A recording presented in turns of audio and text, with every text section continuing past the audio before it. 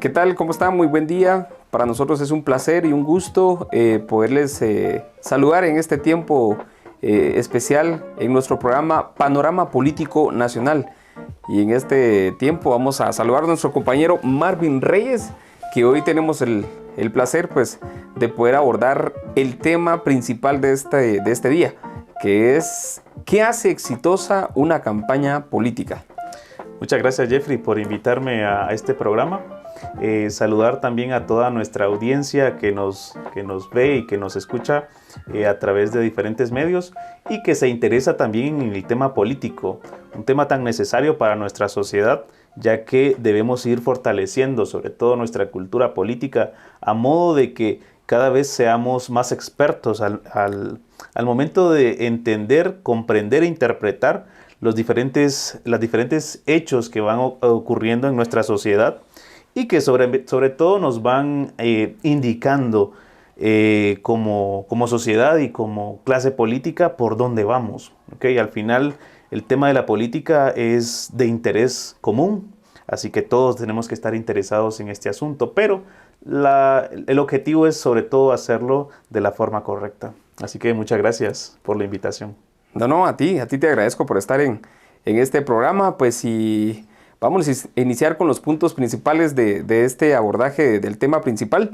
Y pues algo que mencionar es la coyuntura nacional, ¿verdad? ¿Cómo vemos nosotros el panorama político antes, durante y después de la campaña política, ¿verdad? Entonces, ¿cómo el electorado percibe esta cuestión no percepción, sino básicamente una pérdida o un ganador de un líder electoral? Vamos a iniciar con este abordaje del principal tema, que es la coyuntura nacional. Bien sabemos que es un tema cualitativo y cuantitativo, ¿no? Sí, tomando en cuenta sobre todo que la pregunta de fondo no es en qué consiste el éxito de una campaña electoral. Y haciéndonos esta pregunta podemos responder también a lo que tú comentas, el hecho precisamente de conocer la coyuntura. Es importante sobre todo identificar cuáles son las principales acciones que van moderando la realidad, porque una cosa, por ejemplo, es leer los periódicos del día. Una cosa es, por ejemplo, informarte en las redes sociales y ver la cantidad de eventos que ocurren a diario. Y a veces uno termina aturdido porque no termina de entender por dónde va todo esto, ¿no? Y entonces la coyuntura se vuelve una trama bien compleja en la que no encuentras el principio ni el final. Pero la coyuntura es un momento histórico que tiene su lógica, que tiene su inicio, que tiene su objetivo. Y eso es precisamente lo que tenemos que hacer como politólogos, ¿no? Y como politicólogos. Al final, para poder luego traducir todo esto en un mensaje electoral. Correcto, es importante. Mencionabas ahí un tema de estudio de cualitativo y cuantitativo. ¿A qué te refieres con esto del tema cualitativo? Mencionemos. Si bien recuerdas, para poder desarrollar una campaña política es importante en todo momento, obviamente, conocer la coyuntura, pero sobre todo desarrollar un mensaje acorde con esa coyuntura, o sea, acorde con los intereses de la sociedad. Por ejemplo, si yo te planteo a ti un programa sobre desarrollo de energía nuclear en Guatemala, yo no creo que eso te interese a ti. No, definitivamente no tiene sentido ni relación con las necesidades del pueblo guatemalteco, ¿no? Entonces, hablar de esto es escuchar las necesidades de nuestros votantes, ¿verdad? Las necesidades de cada uno de los pueblos, comunidades. En sí, debemos de ver más allá. No solo ver la necesidad del líder, que es el candidato, sino saber escuchar las necesidades del votante. En este caso, las personas que están más alejadas de posibilidades de superación, ¿verdad? Y hablar de temas de este punto cuantitativo, abordamos números, ¿no? Exacto. Por ejemplo, al momento de desarrollar una investigación cualitativa, como tú mencionabas, ciertamente vas a conocer mucho de la realidad, pero hay otros elementos que no los puedes convertir en números. por decirlo de alguna manera. Pero hay otros elementos de la realidad que se hacen mucho más fácil de manejar cuando tú los contabilizas, los pones en estadística. Por ejemplo, de cuánto es el índice de pobreza actualmente en Guatemala, el de desempleo, por ejemplo.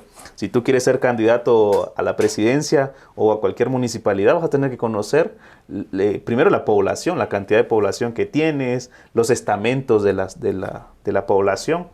Y si eres candidato a la presidencia, pues vas a tener que interesarte muchísimo sobre cuáles son las estadísticas de desempleo, por ejemplo, que tenemos en el país. Entonces, todos esos elementos cuantitativos se relacionan con lo cualitativo para después ir formando una estructura mucho más coherente con la realidad que nos permita ir entonces construyendo las bases de lo que será esa campaña política. Y cerrando con el tema de las necesidades de la sociedad, cambiamos en sentido siempre cuantitativo, pero vemos más allá de qué hace exitosa una campaña.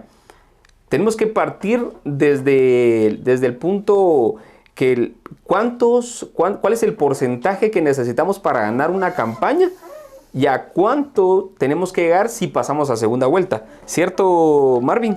Ciertamente, es importante conocer cuál es tu público objetivo. Que eso lo tuviste que haber definido, por ejemplo, después de tus estudios y después de haber concluido en un mensaje claro, en un logo, por ejemplo, para tu campaña. Entonces ya definiste tu público objetivo y ahí sí ya sabes a quién te estás dirigiendo. ¿Sí? Entonces va a ser mucho más fácil a que tú te dirijas a toda la nación, porque a no todos les vas a interesar. O sea, hay gente que te va a encontrar interesante y hay gente que no. Y en ese sentido se vuelve importante e interesante porque por más candidatos que hayan, siempre hay espacio para uno más. ¿Sí? Siempre hay espacio porque los intereses de la sociedad son múltiples y en ese sentido siempre hay posibilidad de poder plantear algo que a la sociedad le interese y donde tú precisamente te puedas destacar. Continuando con estas estrategias de lo que hace exitosa una campaña política, van a ser en este sentido entonces, obviamente identificar a tu grupo objetivo, pero también las metas. O sea, tú tienes que ir calendarizando. Tú, por ejemplo, ¿qué objetivos te pondrías en una campaña electoral? ¿Qué metas te gustaría cumplir durante tu campaña si tú fueras el candidato? Bueno, primero que todo, si yo fuera el candidato, la verdad me gustaría poder cumplir esas necesidades de la población. Segundo, cumplir especialmente a mi grupo, al que me rodea, pues, al que está componiendo mi partido, ¿no? ¿Verdad? Claro. Y tercero, poder cumplir con las exigencias no solo de la sociedad, sino también de cada uno de los organismos. Los organismos son muy importantes porque son la base del Estado. Sin ellos no podemos trabajar, ¿verdad? Pero si yo fuera el candidato, me gustaría poder cumplir cada una de esas necesidades. ¿Por qué? Para poder tener esa campaña exitosa que necesitamos. Abordamos también el tema de qué hace exitosa una campaña, pero viéndolo desde el tema del terreno. Vamos a hacer un ejemplo acá del terreno. Si yo fuera entrenador de fútbol y lo ponemos en este tema, a mí me gustaría, si yo fuera el candidato que lleva el mandato, es decir, en las encuestas va arriba, me gustaría llevar al que va atrás de mí a mi terreno. ¿Por qué? Porque yo conozco las deficiencias, las necesidades y conozco cada una de ellas. Es decir, voy a llevar a mi contrincante a mi terreno porque sé que ahí él va a encontrar las necesidades que yo ya sé, ¿verdad? Y que la sociedad va a tener como, no obligación, pero va a poder escudriñar más a mi contrincante porque a mí ya me conocen. Eso haría yo, porque en un partido de fútbol, lo mencionaba, cuando uno va a jugar a un lugar donde uno no conoce, básicamente vas arriesgándote a que vas a ir a perder, ¿verdad? No sabes cómo vas a encontrarte con eso. Por eso es importante el tema del terreno, porque conocer en dónde está o cuáles son los puntos más fuertes de tu contrincante. Tú mencionabas un elemento muy importante que es los otros. Y es que en la campaña electoral nunca se está solo. Es decir, siempre lo que más tenemos y lo que más preocupa a todo candidato, incluso, yo creo que incluso hasta más de cómo está llegando el mensaje a la población, es qué están haciendo los adversarios. Los adversarios son otros candidatos, un elemento importante de la campaña, y que al menos en nuestra cultura política electoral lo vemos reflejado normalmente de una forma muy interesante, y es que cuando se desarrollan las campañas, normalmente el interés que vemos de los candidatos sobre otro contrincante es el de hacerle campaña negra o el de meterle zancadilla o el de criticarlo. Jugarle sucio, ¿no? Jugarle sucio. Entonces, normalmente la sociedad está acostumbrada a ver ese tipo como de trampas o de zancadillas que se meten los candidatos unos con otros, pero es una forma también de reconocer el trabajo que está haciendo el otro, de reconocer la importancia de lo que está planteando y obviamente de reconocer que todos están en una competencia y que tienen un objetivo común, llegar a un puesto público a través de un voto popular. Entonces, todo ese elemento también forma parte de la campaña. Y ese es el trabajo de un mercadólogo, política, ¿no? Hacer un estudio de mercado, hacer el estudio en sí, o sea, qué es lo que está tramando en este caso los otros equipos, en este caso los otros partidos políticos. Es el trabajo uno como mercadólogo. Pero hablar del éxito de una campaña política, debemos de mencionar otros aspectos. Como, por ejemplo, el candidato debe ser percibido como el mejor, ¿verdad? Debe de ser la imagen que todo el votante desea ver. Esa imagen que perciba seguridad, esa imagen que perciba la paz que cada uno de nosotros necesitamos. Viéndolo el tema desde la coyuntura nacional, vemos muchos flagelos deficientes que estamos pasando actualmente, ¿verdad? Los aspectos más importantes a trabajar y que debemos de pulir es el tema de salud, seguridad, el tema de educación, pero esa seguridad y esa imagen nos la va a dar el candidato. ¿Por qué? Esa imagen la tiene que trabajar y la tiene que pulir. Esa imagen la debemos nosotros de asesorar. Es el caso de Sandra Torres, ¿no? Porque hemos visto durante 3 campañas cómo ha sido el cambio constante de cada una de ellas. Y otro tema, podemos abordar el tema de Arévalo. Pero vamos a... ¿Qué opinas sobre esto, Marvin? Otro ejemplo, siguiendo en esa misma línea, es el hecho de que la sociedad obviamente va a identificar a los líderes políticos principalmente a partir de sus cualidades, pero lo que tú mencionabas que es importante es el hecho de que busca en el candidato a un representante, pero no solo un representante a nivel de este trabaja para mí o este va a cumplir tal función, sino que va mucho más allá, ese representante también me identifica a nivel de valores, a nivel de identidad. Por ejemplo, recuerdo ahora mismo la campaña de Otto Pérez, mano dura. Cabeza y corazón. Exacto. ¿Qué es lo que pedía la sociedad? Seguridad. Y pedía a alguien que pudiera ejercer la autoridad con mano fuerte. Llegó Yamatei, por ejemplo, Alejandro Yamatei, el actual presidente, y ofreció también a través de su discurso y a través de su imponente voz y posicionamiento esa confianza que el guatemalteco necesitaba, pero sobre todo una radicalización en la forma de hacer las cosas que habla mucho también de nuestra historia, ¿sí? A veces nos afecta mucho la historia de gobiernos militares, dictatoriales, en los que a veces parece que nos hace recordar o nos hace desear tiempos pasados para poder resolver problemas presentes. Entonces, de alguna u otra forma, los candidatos van a expresar necesidades o cualidades identitarias de su población. Y ese es, como decías tú, el trabajo de los mercadólogos, de las diferentes estrategias de marketing, de poder posicionar al candidato con estrategias y con métodos que lo ayuden a acercarse o a identificar a la sociedad con su candidato.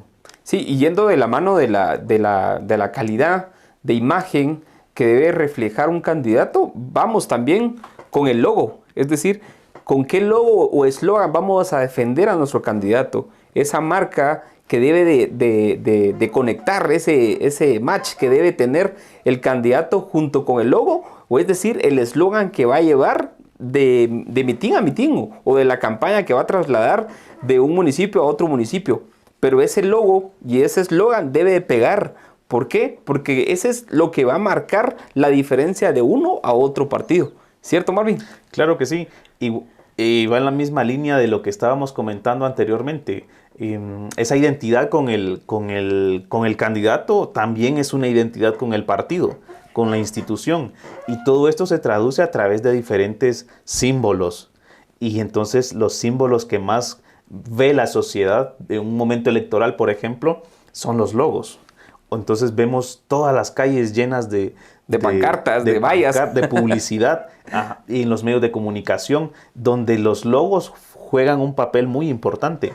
Y entonces el objetivo del logo ya no es solamente ser una marca vacía, sino que representa a un partido, representa a un candidato, sintetiza toda una propuesta de campaña.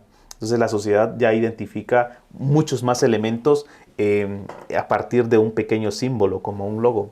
Pero todo eso igualmente es producto de todo ese trabajo previo, ¿sí? Que no inició 3 meses antes de las votaciones. No, estamos hablando del día lleva después, 4 años. ¿Verdad? Sí, definitivamente estamos trabajando años. De 3 años, 3 años y 64 días de estrategia de una campaña. Y la creación del logo es importante, porque eso es lo que, como mencionábamos, es lo que va a conectar con el candidato, es lo que va a diferenciar con el candidato junto con los otros partidos políticos, ¿verdad? Porque si no, no conectas, ¿cierto? Porque,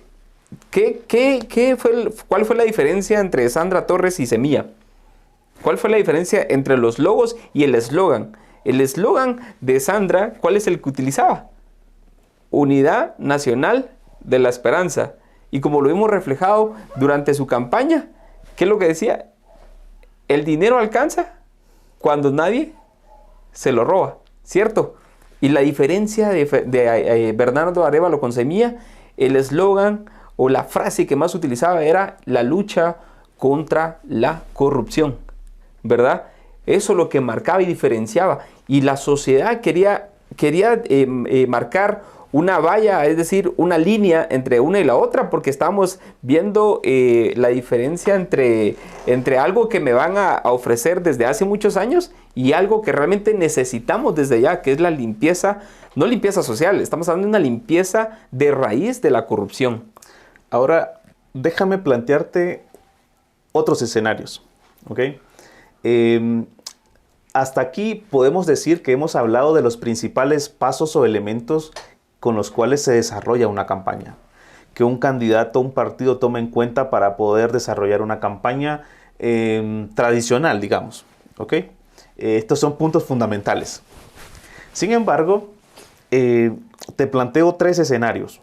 Número 1, la UNE desarrollando una campaña agresiva, utilizando todos los medios de comunicación posible. La más costosa de su era, ¿no? Exacto. Luego te planteo, por ejemplo, el escenario de Semilla. Tú casi no, o la gente casi no miraba publicidad en las calles, toda su campaña fue virtual. Ese es un segundo escenario muy diferente. Y el tercer escenario es el de Villacorta. Villacorta desarrolló una campaña electoral muy buena y apegada al manual.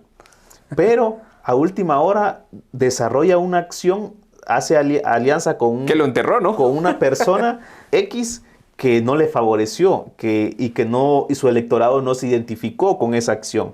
Entonces, son 3 escenarios que nos plantean la posibilidad de que por más que tú hagas todo un trabajo perfecto previo, puede ser que como dice el dicho popularmente, a la salida del horno se te queme el pan. Entonces, volvemos a la pregunta, ¿qué es lo que hace exitosa a una campaña electoral? Sí, correcto. O sea, ¿seguir al pie de la letra el manual o qué? Ese es el trabajo de los asesores, ¿no? De los asesores políticos, los mercadólogos. O sea, el estudio de lo que está pasando fuera de mi campaña. Exacto, pero yendo más allá, ¿tú qué dirías, por ejemplo, si te planteo estos tres escenarios y te digo que no basta incluso con el manual? ¿Qué pensarías? ¿O qué hace que una campaña que tú diriges como asesor sea exitosa? O sea, ¿en qué elementos te fijas para que sea exitosa? Es un problema serio y requiere mucha inteligencia en ese momento, porque no solamente eres tú. Al menos en estas elecciones pasadas, eran 23 partidos, 23 personas con sus equipos atrás, pensando en qué hacer para que esa campaña fuera exitosa más allá del manual, ¿sí? Entonces, ahí viene... el éxito, ¿no? El éxito, pero el problema también, ¿sí? Donde se requiere, pues, ir más allá, ¿sí? Ahora, tú como especialista en el área, ¿qué nos podrías comentar? ¿Qué harías tú si estuvieras dirigiendo una de esas tres campañas, por ejemplo? No, definitivamente, pues vamos al abordaje de esto. Pues, vemos una total pérdida de lo que pasó en el caso de Villacorta, pues, porque él no se percató de lo que expresó en su momento y de la consecuencia que iba a tener, ¿verdad? Porque esta relación con este personaje, que no vamos a mencionar, ¿verdad?, que tuvo, realmente lo catapultó, o sea, lo enterró definitivamente en las elecciones y ya no tuvo chance de poder seguir. O sea, teníamos la esperanza, ¿verdad? Teníamos la esperanza, muchísimos votantes, de ver, de no ver a Sandra Torres, de ver a otras personas, ¿verdad? Pero esto de Villacorta es una cosa bastante especial. Y el tema de Sandra Torres, vemos, tú mencionabas, una campaña bastante exitosa, mas no como se hubiera querido, porque perdieron en el último momento. ¿En dónde falló? Cuando se relacionó con las personas equivocadas. Y en el caso de Bernardo, yo recuerdo que él, pasando a segunda vuelta, se vio con un poco más de un poco más de seguridad y un poco más de vallas publicitarias alrededor de la ciudad de Guatemala. ¿Pero por qué? Y mucha gente se preguntaba, ¿a qué se debe ese éxito? Estamos hablando de los financistas, que es importante. Las relaciones que tuvieron estos personajes, estos candidatos a presidentes, es muy importante. ¿De dónde sale todo este dinero?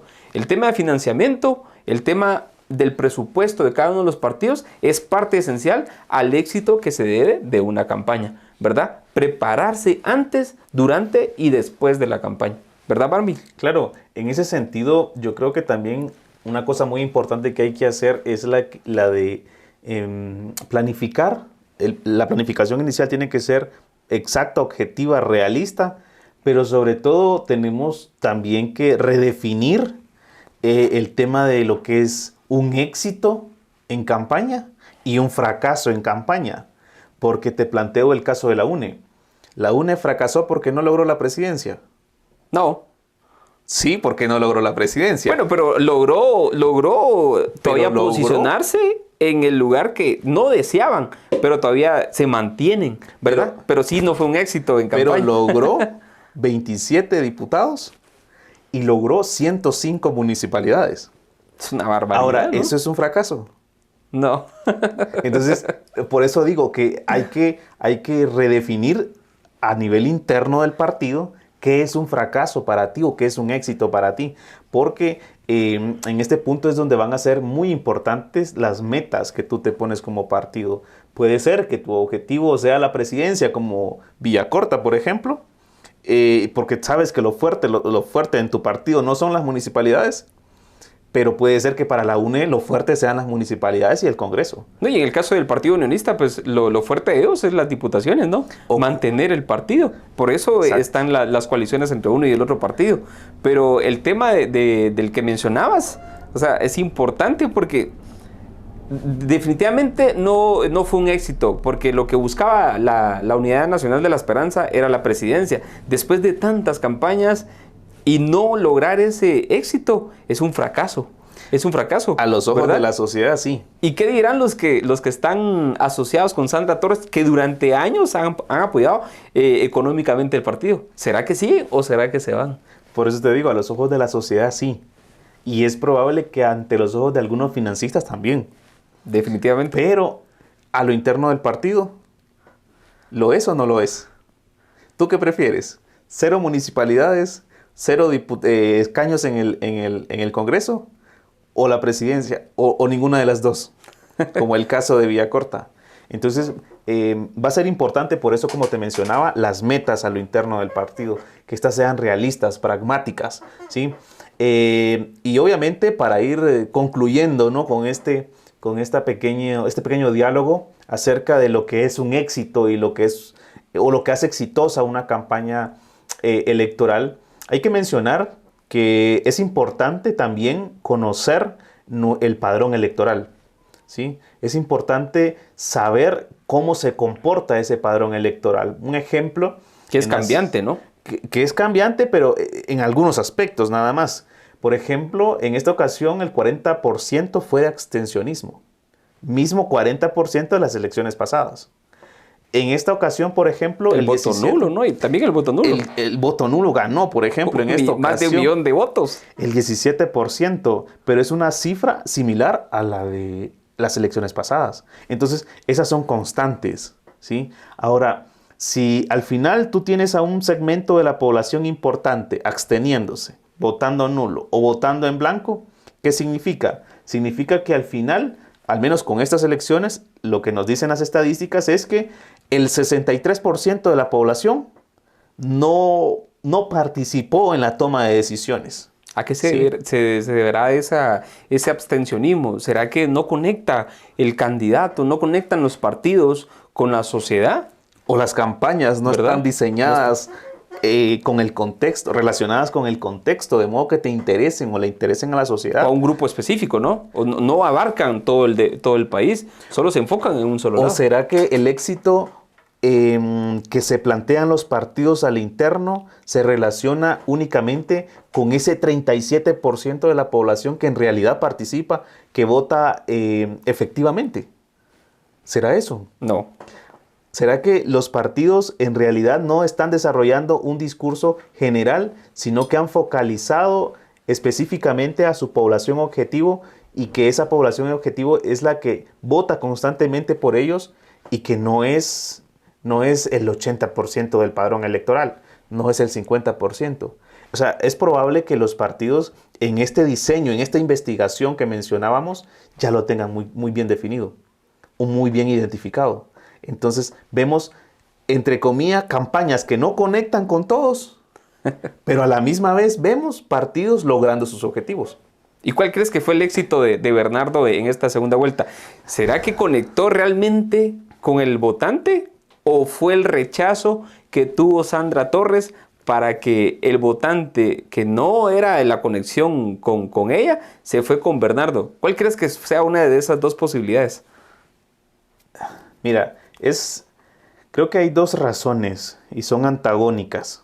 Creo que un segmento de la población sí estaba en contra de Sandra y por ello no tenían más opción que Arévalo.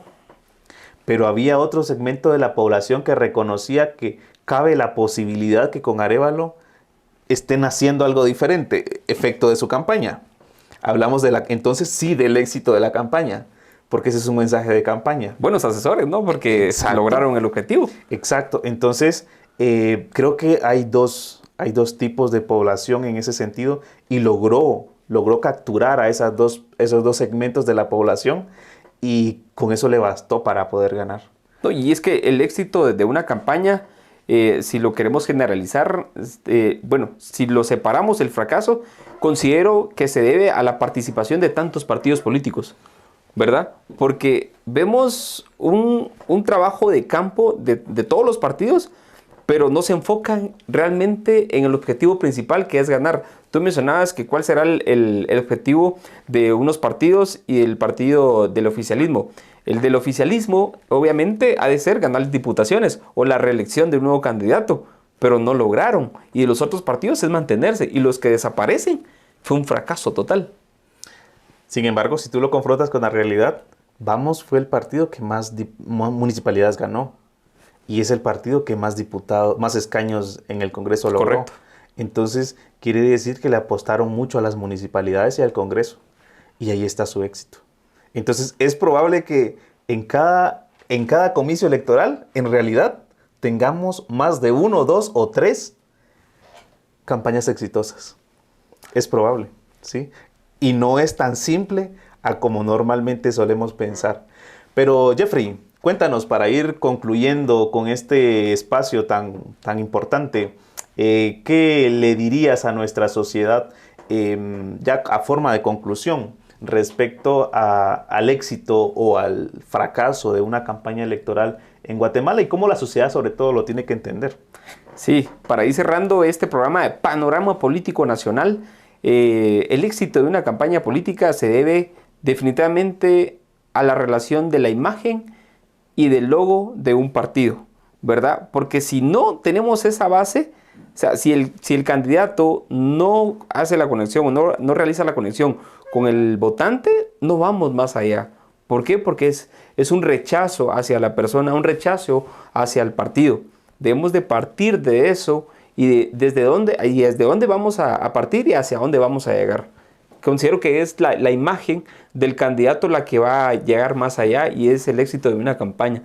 La imagen y la planificación de cada una de las actividades que se van a hacer desde el primer día después de las elecciones. Yo quiero añadir un comentario más y con esto cerramos, ¿sí? Número 1, es probable que más de 1, 2 o 3 sean ganadores en una contienda electoral, dependiendo de las metas de cada partido. Y número 2, en un sistema político y electoral como en toda democracia, hay espacio para todos.